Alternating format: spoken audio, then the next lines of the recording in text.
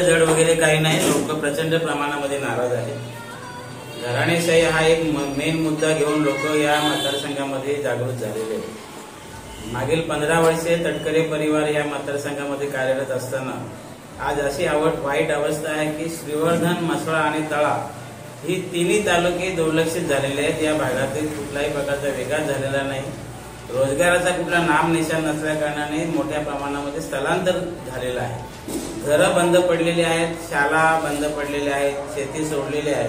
मग नेमका विकास कुणाचा झाला हा आमचा प्रश्न ह्या लोकप्रतिनिधींना आहे। आपण विकास झाला ही बोंब मारता, पण ती चुकीची आहे। लोकांचा विकास झालेला नाही, काही ठराविक कंत्राटदारांचा आणि काही ठराविक राष्ट्रवादी कार्यकर्त्यांचा विकास झाला असेल असं आमचं ठाम मत आहे। नाही, आजची एक वाईट घटना घडली की म्हसळा ग्रामीण रुग्णालयामध्ये आज एक 4 वर्षाचा मुलगा दगावला। हिंसूदंश होऊन तो व्यक्ती त्या हॉस्पिटलमध्ये आला, पण वेळेत उपचार न झाल्या कारणाने एक 4 वर्षाचं बाल गमावलेलं आहे। ही खेदाची बाब आहे की या श्रीवर्धन, म्हसळा आणि तळा तालुक्यामध्ये नुसत्या इमारती उभ्या केल्या गेलेल्या आहेत, पण त्या ठिकाणी जी सुविधा पाहिजे आरोग्याची ती त्या ठिकाणी उपलब्ध नाही आहे। साधी लस उपलब्ध नसल्या कारणाने अशा प्रकारे लोकांचा मृत्यू होत असेल, ही खेदाची बाब आहे। आणि तुम्ही आता म्हटले की त्यांनी तळा तालुक्यामध्ये एखादं हॉस्पिटल उभं केलं असेल, पण त्या ठिकाणी व्यवस्था नाहीये।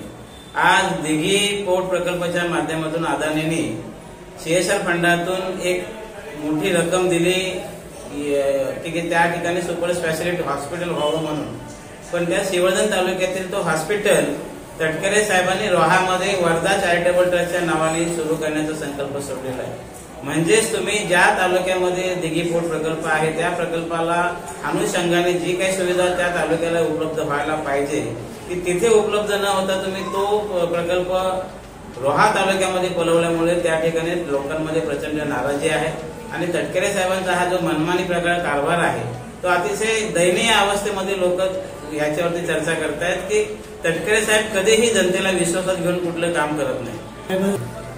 ह्या बाबतीमध्ये आम्ही मागील 2 वर्ष हा पक्ष स्थापन झाला, हा सर्वसामान्य जनतेसाठी स्थापन झालेला आहे। कष्टकरी शेतकरी बहुजन समाजाला एकत्र करून आम्हाला गेले अनेक वर्ष या राजकीय क्षेत्रामध्ये हे प्रस्थापित पक्षांनी वंचित ठेवलेलं आहे। हे 4%, 5% ज्यांची मतदान नाही अशी लोक आज या आमचे लोकप्रतिनिधी झालेले आहेत आणि त्यांना आमच्या बहुजन समाजाबद्दल बिलकुल आस्था नाही। आणि म्हणून आम्ही ह्या बलिदान सेनेच्या माध्यमातून कोकणामध्ये एक झंझावात उभा केला। आम्ही लोकांपर्यंत गेलेलो आहोत। लोकांनाही समजून चुकलेलं आहे की हे सगळे प्रस्थापित पक्ष फक्त आपल्या कुटुंबाचा विचार करणारे पक्ष आहेत। हे यांच्या मुलाबाळांना आमदार करणं, या मुलाबाळांना मंत्री करणं एवढाच यांचा उद्दिष्ट आहे। यांना जनतेच्या विकासाबद्दल काही पडलेलं नाही आणि म्हणून महाराष्ट्र प्रगती करत असताना हा कोकण अतिशय वाईट अवस्थेमध्ये चाललेला आहे। 17 वर्ष हा मुंबई गोवा महामार्ग रखडलेला आहे। विशेषतः वडखळ ते माणगाव हा रस्ता आजही अर्धवट अवस्थेमध्ये आहे आणि म्हणून इथले लोकप्रतिनिधी कुठेतरी निष्क्रिय ठरलेले आहेत हे जनतेमध्ये भावना निर्माण झालेली आहे। 100% हा बघा शासनाच्या माध्यमातून रोजगार उपलब्ध करण्याकरता एक तुमच्यामध्ये संकल्प आणि जिद्द पाहिजे। लोकप्रतिनिधी झाल्यानंतर आम्ही नक्कीच हा आराखडा तयार करू या मतदारसंघाचा। इथे समुद्र किनारे अतिशय सुंदर समुद्र किनारे आहेत श्रीवर्धन मतदारसंघामध्ये। पर्यटनाचा एक भाग आहे की जो विकसित करून त्या ठिकाणी रोजगार निर्मिती करता येईल।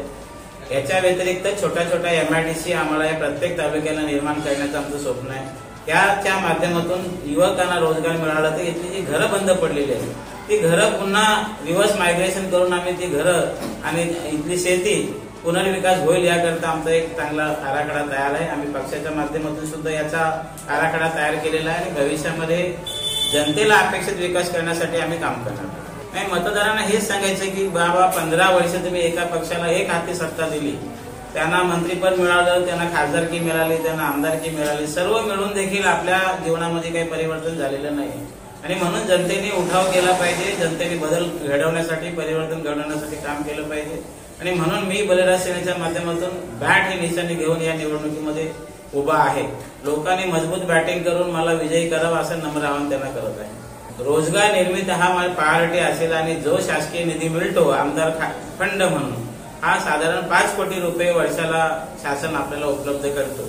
त्या निधीचा विनियोग करण्याकरता मी जनतेला विश्वासात घेऊनच त्याचा विनियोग करणार आहे आणि शासनाच्या विविध योजना आहेत आज केंद्रामध्ये महाराष्ट्र शासनामध्ये विविध योजनेच्या माध्यमातून एक चांगला आराखडा तयार करून लोकांना काय अपेक्षित आहे, विशेषतः आरोग्य सेवा हा एक प्रमुख मुद्दा आहे. शैक्षणिक जे शिक्षण आहे ते सुद्धा आज ग्रामीण पातळीवरती चांगल्या प्रकारे उपलब्ध नाही आहे आणि म्हणून ह्या सगळ्या गोष्टीवरती आम्ही चांगला आराखडा तयार करून जनतेसमोर आम्ही जाणार आहोत. आणि हा मूळचा श्रीवर्धन मतदारसंघ शिवसेनेचा बालेकिल्ला होता, पण आज या ठिकाणी शिवसेनेला नामशेष करण्याकरता शरद पवार साहेबांनी हा मतदारसंघ मागून घेतला. ही खेदाची बाब आहे की मागील 15-20 वर्ष शिवसेनेने मागील 40 वर्ष या मतदारसंघामध्ये आपले लोकप्रतिनिधी निवडून आणले आणि आज अशी अवस्था आहे की राष्ट्रवादी विरुद्ध राष्ट्रवादी अशी इथे लढत सुरू झालेली आहे आणि मूळ जो हा बालेकिल्ला शिवसेनेचा आहे तो पूर्णपणे नामशेष झालेला आहे. आणि म्हणून शिवसैनिकांना माझी एक विनंती आहे की आपण सगळे हिंदुत्ववादी संघटना या मतदारसंघामध्ये वाढवून आपला मतदारसंघ मजबूत केला होता, त्याची आज काय अवस्था वाईट झालेली आहे. आणि म्हणून या सगळ्या शिवसैनिकांना माझं नम्र आव्हान आहे की आपण माझ्या पाठी खंबीरपणे उभे राहा. आपण येणाऱ्या काळामध्ये आपल्याला अपेक्षित विकास आणि आपलं संरक्षण करण्याची जबाबदारी ही आमची राहील. जर तुम्हाला हा व्हिडिओ आवडला असेल तर चॅनलला लाईक, शेअर आणि सबस्क्राईब करायला विसरू नका.